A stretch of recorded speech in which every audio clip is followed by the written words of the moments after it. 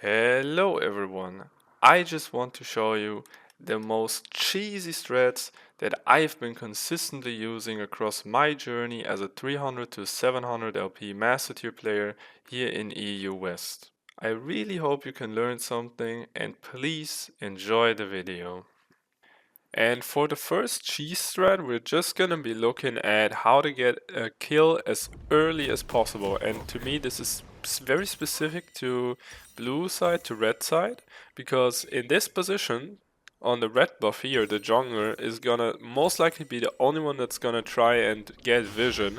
And if they tab out or they're AFK, it's gonna be very easy to get a kill, especially because if you look at the early items, the first item you get as a jungler, it doesn't offer you HP or anything, and they also will most likely not have any defensive summoner. So if you look at his HP, it's only 600. He doesn't have barrier, for example, like Ezra would have here, and it's pretty easy. Just get a kill with like a Nautilus hook or something. It is the most potent way to get a cheese kill very early on. Yeah, and for the second cheese strat, we're just gonna be looking at something that's not really accessible to every champion, because the restrictions like what runes they want to use. But if you are playing a champ that can all like kind of think about it, you should really try it, because this magical footwear rune, it is really cheesy, because if you look at the stats, it offers actually 35 move speed, which opposed to like a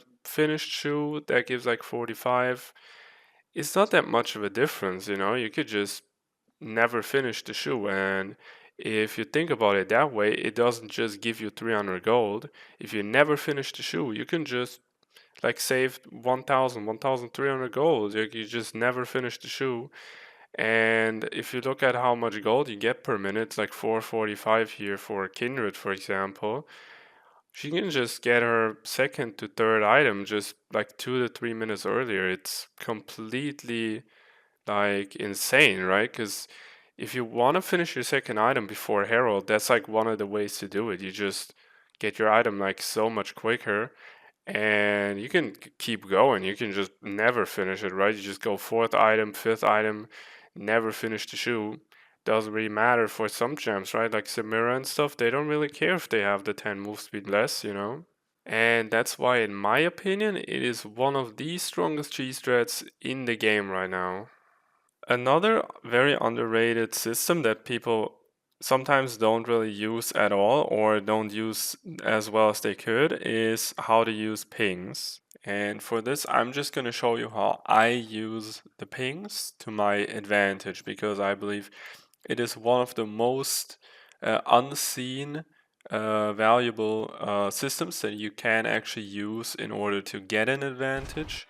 For example, here I'm just gonna ping that the objective is gonna be up in about a minute. So my team has that in the chat as just a little more guidance to how they're gonna play the next wave, how they're gonna like be able to use their abilities. It's a little reminder for my teammates to just like be ready for the objective. Something that goes alongside that is I'm just going to be pinging exactly where I'm going to be going within that time frame. That is going to help my teammates just clearly understand what my intent is when an objective comes up, and they can incorporate that into their own decision making. Another ping that I use very frequently is the one that's indicating that I want to push. A good example of where I use this ping is when my team wants to take an objective and I can clearly see that the enemy is kind of out of position for contesting it. So I just ping that I want to rush it with that, and I intend to just clear it as fast as possible, since the enemy team can't really access the objective before we already took the objective. In this game, for example, my team ended up getting the objective. It was a little too close to my liking, but that's generally how I use it. And most of the time, if I do ping it like that, my team actually follows up on it and tries to get it as quickly as possible. And the next topic I want to just quickly show here is how to actually use the summoner spells to your advantage or disadvantage. Like this is really, really important because a lot of the time, if you're playing something like a top laner, you end up getting caught out because you're too far up. But like the main thing you want to focus on is at which point did the enemy use their summoner spells. For something like Twitch that's not very mobile, even if it is something like Tristana that you want to kill later on when, for example, Dragon is coming up or Baron or Arakan, you need to have a clear understanding of which champion has their summoner spells, especially something like a priority target. If you look at like the champions they have and one of them has like a lot of gold, you really want to force them before an important objective to use their summoner spells. And the exact same goes, it goes the other way, right? You want to keep your flash, your ghost, depending on like what you're running, sometimes even ignite and TP. It's pretty good if you like keep them for, especially later on, right? You keep them for the objective so that you can have that deciding fight that happens like 30 seconds before the objective, which is pretty cheesy, but that's kind of how the game works. I think a lot of the power budget of champions is in the summoner spells, and if you keep track of that, which is kind of a callback to like using pings correctly, your team's gonna be able to also incorporate that into their play, right? Like a Nunu might like get a fully charged ult off on someone that doesn't have flash, as opposed to if they had flash, right? And that is something that really, really turns the tide on a lot of objectives. Something else that is also very important, but more in a grand scheme, zoomed out view of League of Legends, is how you're building items. And essentially, what you want to have happen is if you're in a winning state, you want to build defensive items because it becomes more difficult for the enemy team to take shutdowns and bounties. When you're behind in gold, you should build more offensively because that is going to help you create a more volatile map state, and you're gonna be able to access towers more easily, kills and shutdowns more easily. The source I'm using to decide which items to build is Coachless. It is a premium site that costs 5 euros a month, but it is very useful because it shows the win probability from the time you bought the item, and that is a very good indicator of the item strength itself. As you can see here, there is a clear choice between two items, and one is more defensive and one is more offensive. And in this case, for Tryndamere, I choose to buy Hydra when I'm ahead, and when I'm losing, I decide to buy Kraken Slayer or Yuntal, just as a first item. An ideal build on Tryndamere when you're winning the game should look something like this, while in a losing game, you should build something more like this.